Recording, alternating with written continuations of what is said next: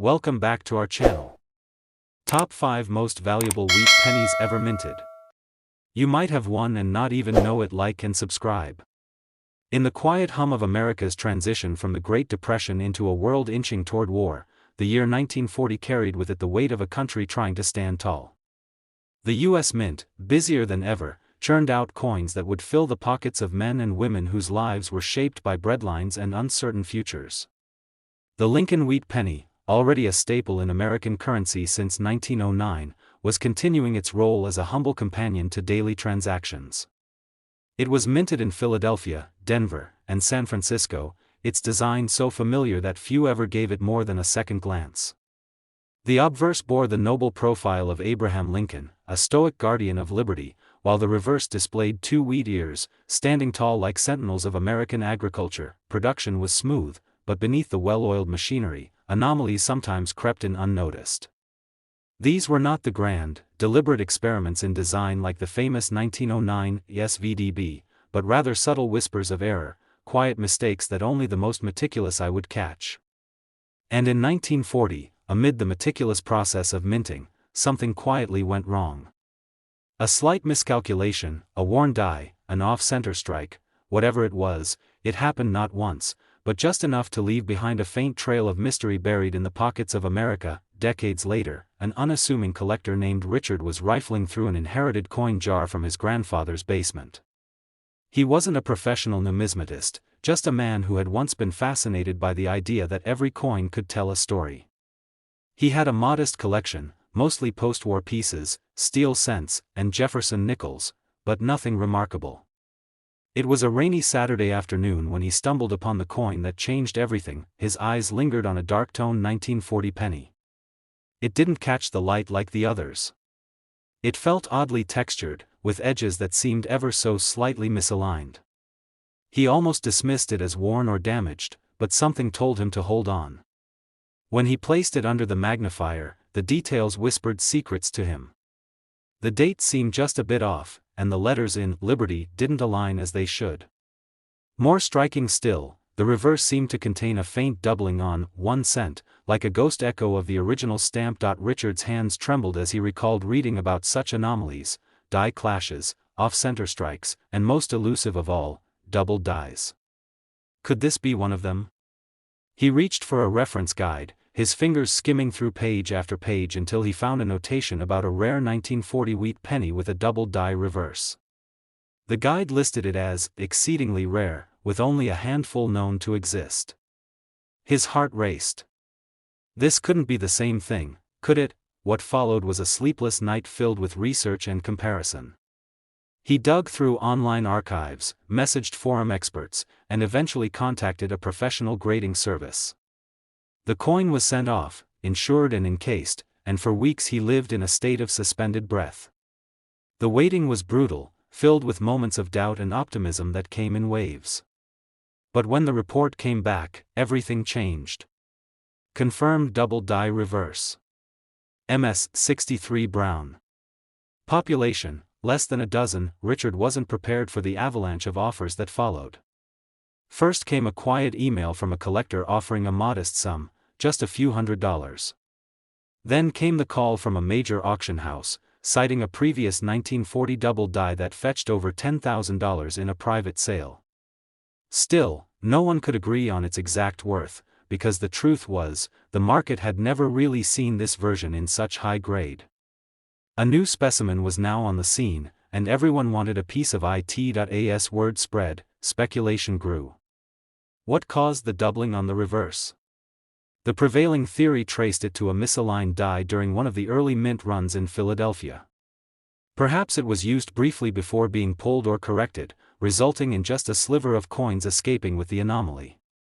Some experts believed the die itself had been partially rotated between strikes, causing a shadowed duplication of the design elements. Others speculated that a hasty correction had buried the issue before anyone at the mint noticed the aberration. Whatever the cause, the result was stunning, a visual quirk that defied the machine-like precision of modern minting. Collectors began scouring their stashes. Listings for 1940 pennies on online marketplaces skyrocketed. Every pocket change jar was turned over in search of the elusive twin-struck coin. The frenzy drove up prices, but it wasn't just about the money anymore, it was about the hunt, the mystery, the idea that something so small could hide in plain sight for decades. Richard, now thrust into the numismatic spotlight, found himself fielding interviews, invitations, even requests to showcase the penny at exhibitions. As months passed, the coin's estimated value fluctuated wildly. One expert suggested it could breach $20,000 given its grade and scarcity. Another insisted that, under the right circumstances, a bidding war could push it past $35,000. It was uncharted territory, because this wasn't just a known error repeating itself, it was a rediscovery of something thought to be nearly extinct. Then came a twist no one anticipated. While preparing a detailed article for a collector's journal, a researcher unearthed a forgotten document in the Mint archives. It was a memo dated early 1940, referencing equipment instability and die misalignment during a specific 2-week period in the Philadelphia Mint.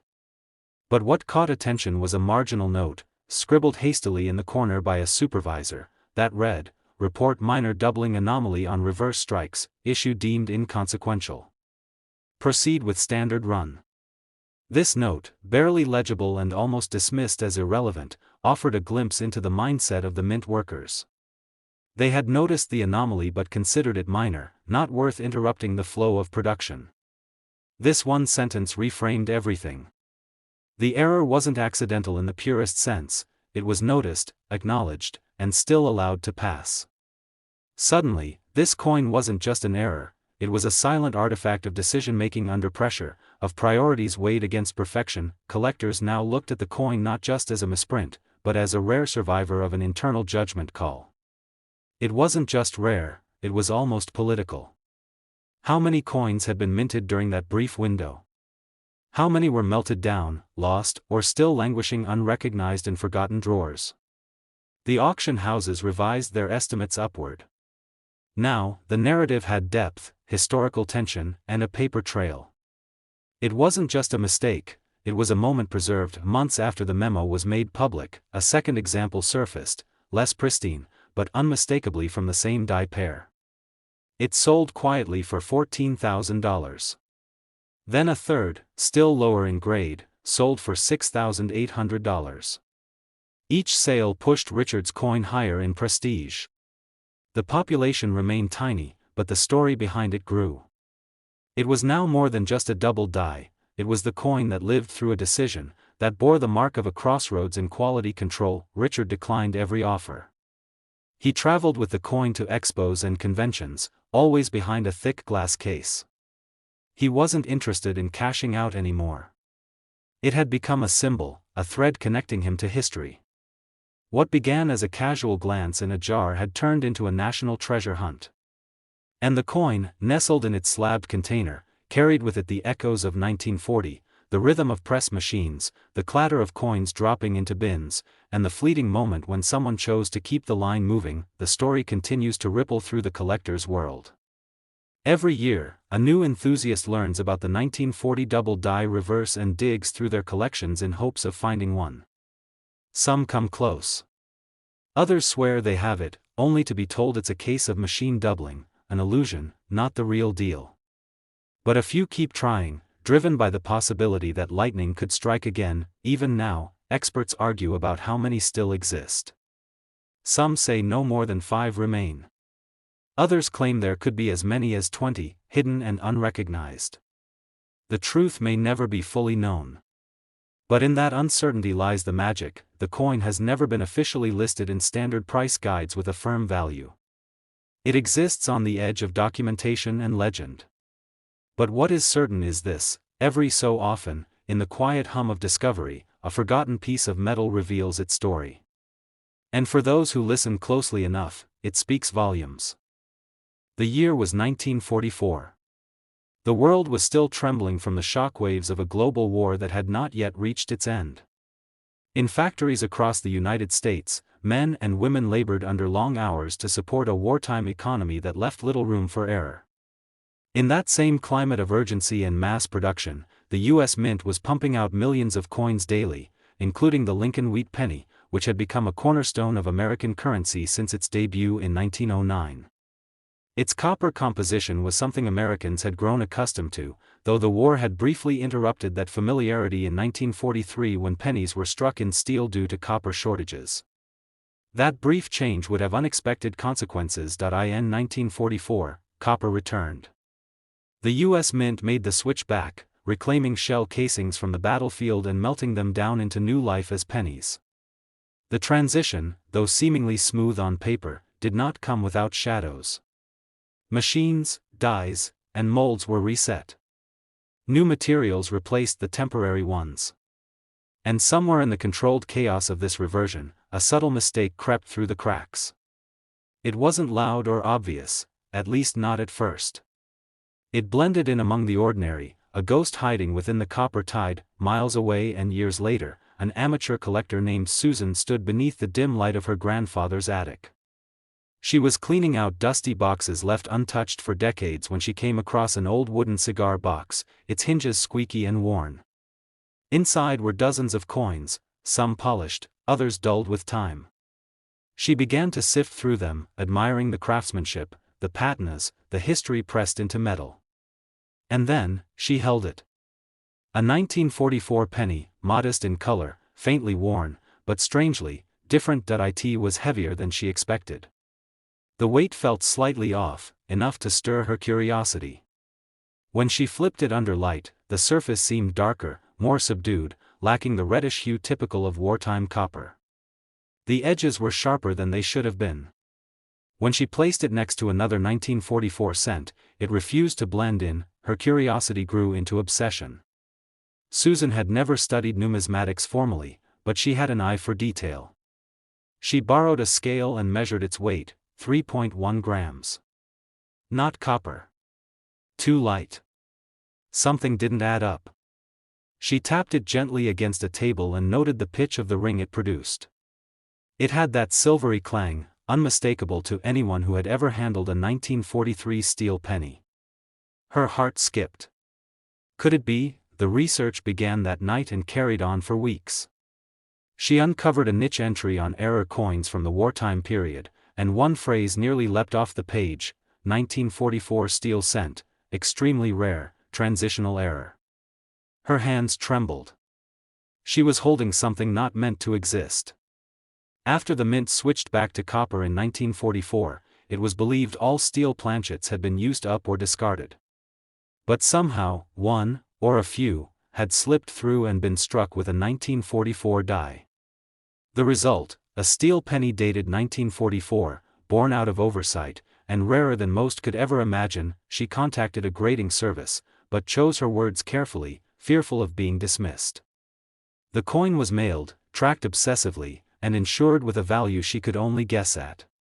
Weeks later, the confirmation arrived. The coin was authentic. A 1944 steel cent, struck at the Philadelphia Mint, only a handful known. It was a mistake that shouldn't have happened, and yet here it was, in near uncirculated condition.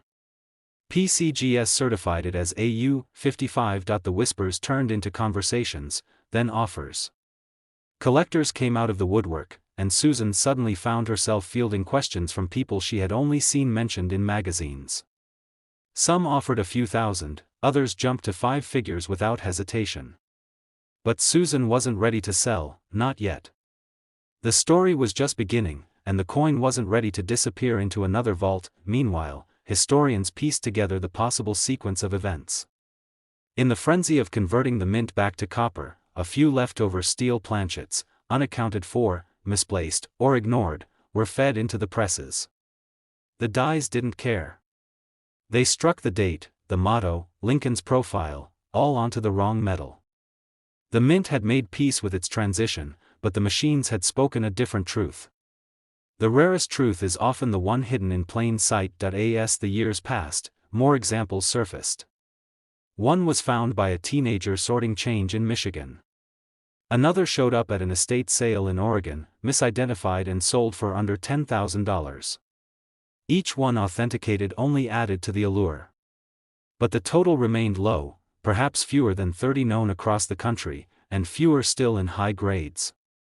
This only fed the legend. Susan's coin became a star at conventions. Exhibits highlighted it with phrases like "wartime relic" and "the mint's forgotten child." Its image graced collector forums, auction brochures, and online videos. She never grew tired of watching people's faces light up when they saw the steel glint under the showcase lights, that moment of realization when they read the date and paused, stunned by the contradiction in their hands. But just as Susan began considering retirement and a quiet life, the story deepened again. A retired mint employee, now in his 90s, reached out after seeing a newspaper piece about her find. He shared a memory, hazy but vivid, of a chaotic month in 1943 when the planchets were being phased out.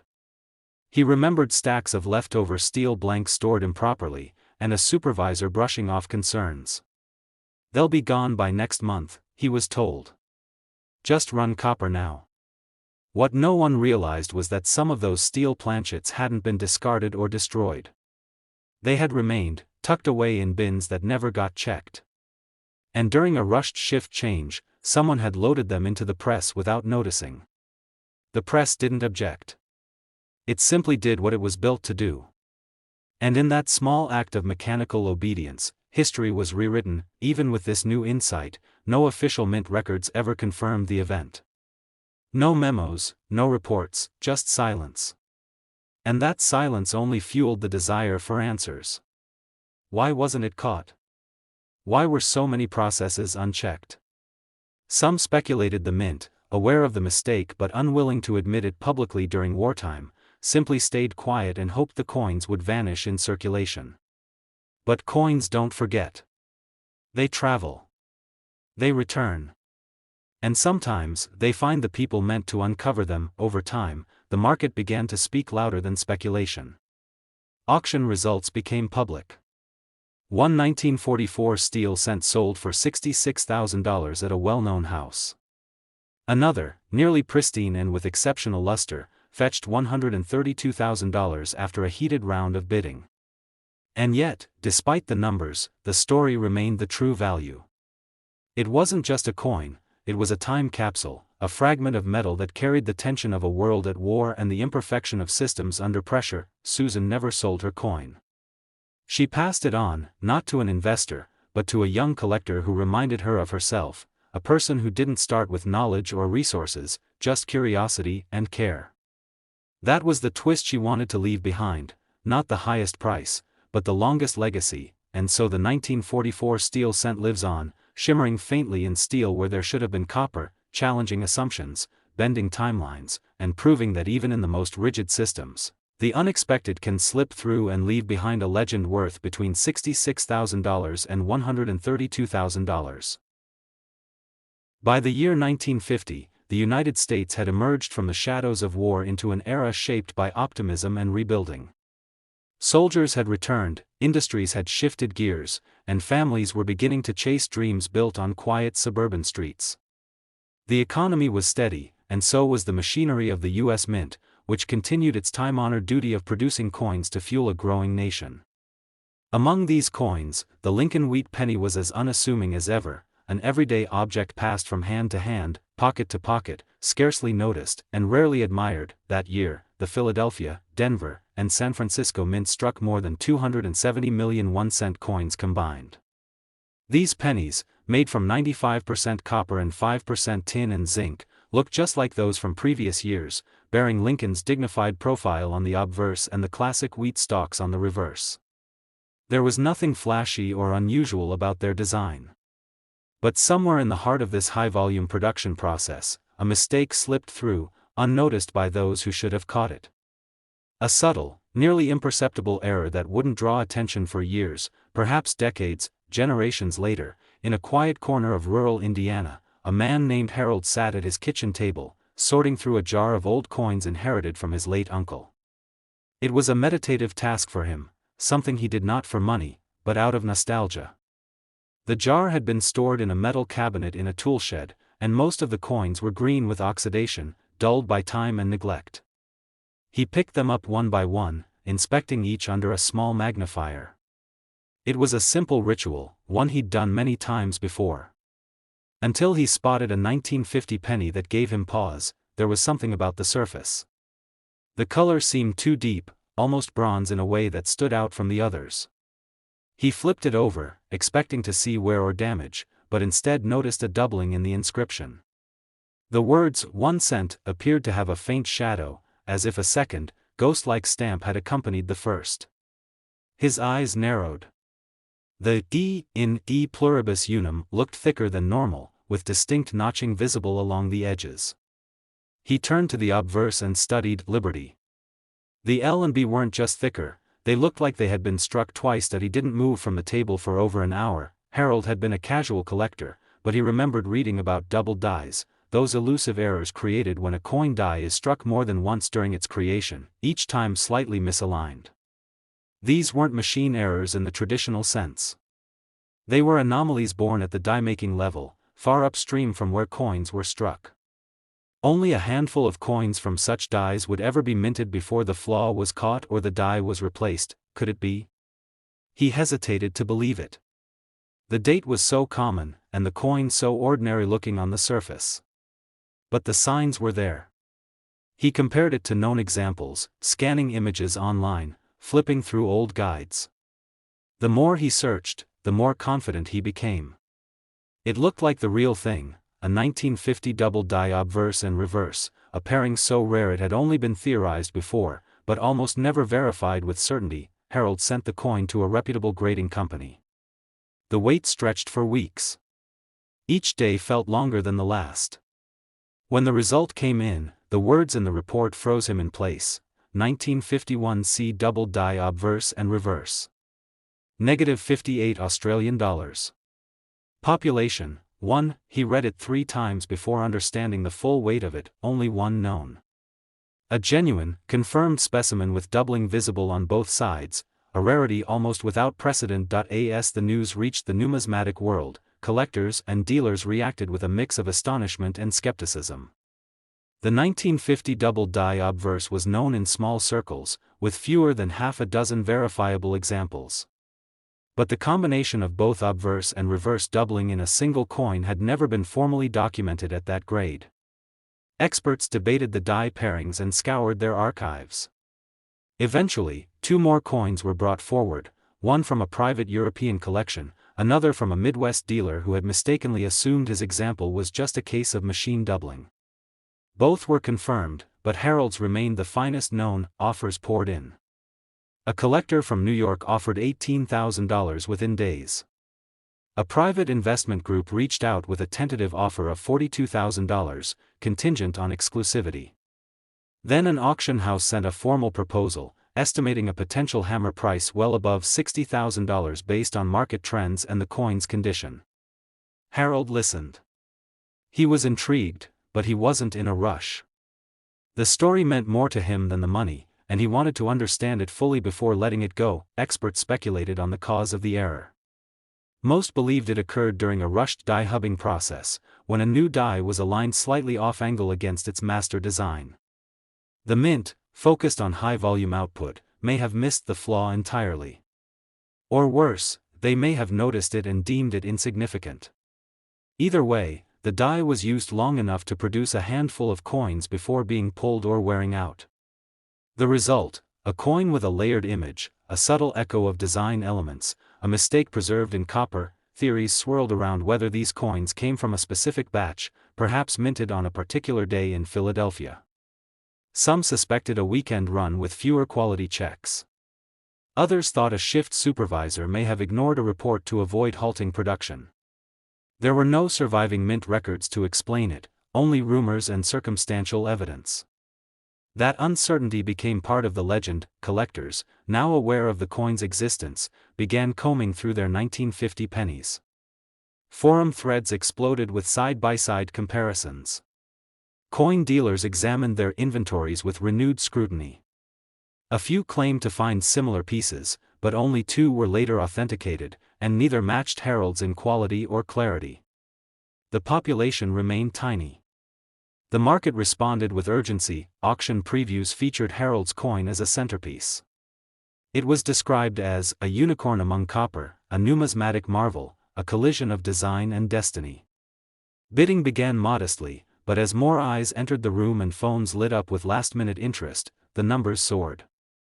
The final bid closed at $95,000, shattering the previous record for any 1950 penny by nearly fivefold. But the story didn't end there. Months later, a private sale of another verified double-die specimen quietly set a new high-water mark, $122,000, sold to a collector who had been tracking the anomaly for nearly a decade. The coin was slightly lower in grade than Harold's, but carried provenance and timing that pushed it to its limit. And with each sale, the myth of the 1950 double die deepened. What had once been overlooked now carried weight. A coin thought to be as common as dirt had, through a confluence of chance and oversight, become a national curiosity. Collectors continued to search for new examples, but each year, fewer surfaced. Most experts agree the total known population of verifiable double-die obverse and reverse specimens remains under 10, and fewer than 5 are held in private hands. Today, Harold's coin rests in a museum exhibit about American minting errors, its story displayed beside it, not for glory, but for memory. The mistake made in 1950, once hidden in plain sight, had become something extraordinary. An artifact of imperfection, a reminder that even in a world of mass production and machinery, a tiny deviation can transform a penny into a treasure worth between $60,000 and $122,000. The year 1955 brought with it a sense of confident progress across America. Suburbs were expanding, televisions were glowing in living rooms, and assembly lines at the U.S. Mint operated with the mechanical precision demanded by a growing economy. Every day, thousands of coins were struck, bagged, and shipped to banks across the nation. Among these, the Lincoln Wheat Penny stood as a symbol of familiarity, humble, coppery, and dependable. It had changed little since its introduction in 1909, a quiet backdrop to America's louder achievements. And yet, beneath that surface of normalcy, one night in Philadelphia, a mishap in the coinage process would birth a penny unlike any other. The incident was not spectacular in its moment. There was no alarm, no clamor, no technician shouting about malfunctioning equipment. The error occurred during a die-making shift when one working die was accidentally misaligned during the hubbing process. Rather than being destroyed, the die was used. The result? A batch of coins left the press with not one, but 2 sets of inscriptions. Doubling that was clear, bold, and unmistakable. Letters in Liberty, the date, 1955, and the motto, In God We Trust, all appeared with heavy shadowing, as if the words were echoing themselves in metal. Most errors in minting are subtle, hidden in small design quirks or imperfections under magnification. This one, however, shouted its anomaly to anyone who cared to look, but the mint didn't catch it in time. It's believed that roughly 20,000 to 24,000 of these double-die pennies slipped into circulation, largely in night shifts when fewer supervisors were on duty. They were packaged, bundled into bank rolls, and sent out without ceremony. To the untrained eye, they were just more pennies, warm with copper, bearing Lincoln's profile, and dated like any other. But to those who paid attention, something strange stared back at them. Years later, in a corner store on the outskirts of Boston, a cashier named Roland first noticed one. He was counting the register at closing time, separating silver from copper for his own coin jar. He paused when he saw a penny with an oddly thick font. The date looked off. He tilted it under the overhead light and froze. Each letter, each number seemed to have a twin. Roland wasn't a collector, but he'd seen a magazine article once about coin errors and remembered the term, double die. Unsure of what he was holding, he pocketed the coin and took it home. The next morning, he brought it to a local coin dealer. The dealer, seasoned and skeptical, was slow to react at first. But after examining it under a loupe, his demeanor changed. He locked the door to the shop, sat Roland down, and explained what he might have found. The 1955 double die was already whispered about in collector circles, but few believed real examples still existed outside collections. Roland's coin was well circulated, but the doubling was strong, unmistakable. It wasn't an imitation. It was genuine. The buzz began to spread. As word got around, more people started checking their change. Postal workers, waitresses, gas station attendants, anyone who handled money started watching for thick lettering on 1955 pennies. Dozens more surfaced, most worn, some in better shape. Coin grading services confirmed their authenticity. Auctions followed. A market was born almost overnight. The doubling on the 1955 cent was unlike any other. While many double dies show slight distortions or require magnification, the 1955 example was so dramatic that even casual observers could spot it instantly. It became iconic, both because of its clear error and the era it came from. This was post-war America, where systems were expected to run like clockwork. The idea that such a loud mistake could escape unnoticed fascinated everyone. As the coins entered collectors' hands, their value began a steep climb. At first, they sold for tens of dollars, then hundreds. Within a decade, high-grade examples reached into the thousands. Condition mattered, of course. Many examples had been used in daily transactions, dulled by time. But a few had been kept in rolls, preserved by sheer accident. These brought in fierce bidding and growing attention. Then came a new twist in the story. A sealed roll of 1955 pennies, untouched for decades, was discovered in a bank vault in rural Pennsylvania during a renovation. Inside were 3 double die examples, all uncirculated. News of the find reignited interest in the coin. Collectors rushed to old boxes, bank envelopes, and coin jars, hoping to strike copper gold. The number of known examples increased slightly, but still, estimates suggest fewer than 10,000 remain in collectible condition today, and far fewer in top grades. One such coin made headlines when it appeared at an auction in Chicago. The bidding started slow, but as seasoned collectors recognized the exceptional condition and clarity of the doubling, the numbers soared. The final hammer price stunned even the auctioneer, $115,000 for a single 1-cent piece, pristine and proudly flawed. Not all 1955 double die cents reach such heights, of course. Many circulate among mid-level collectors, cherished for their story as much as their rarity. But high-grade specimens consistently command values of $54,000 and beyond, depending on their state and provenance. The price isn't just for the coin, it's for a piece of history, a mistake that stood out in a world striving for perfection. Today, the 1955 double die cent remains one of the most celebrated error coins in American numismatics. It is featured in books, displayed at conventions, and sought after by beginners and experts alike. Its fame comes not just from its rarity or its value, but from its visibility. It is the coin that dares you not to notice its mistake. It exists as a reminder that even the most refined processes are vulnerable to human oversight. In a world that often hides its errors, this penny wears its flaw like a badge. And in doing so, it has earned a place of honor, turning what was once a 1-cent misstep into a collector's dream, valued today between $54,000 and $115,000.